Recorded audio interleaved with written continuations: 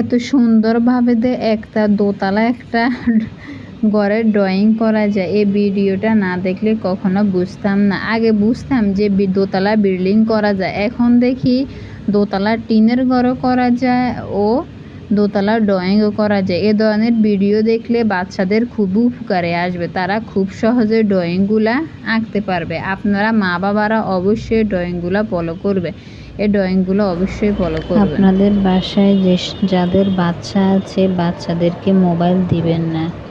Mobile না দিয়ে বাচ্চাদেরকে এই ধরনের ড্রয়িংগুলো শেখেন, অবশ্যই কাজে লাগবে। ড্রয়িংয়ের জন্য প্রাইভেট না পড়িয়ে এই ড্রয়িংগুলো ফলো করলে অবশ্যই বাচ্চারা শিখতে পারবে।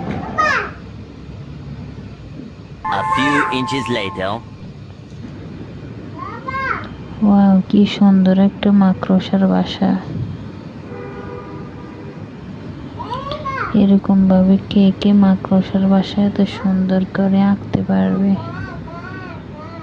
অবশ্যই জানাবেন।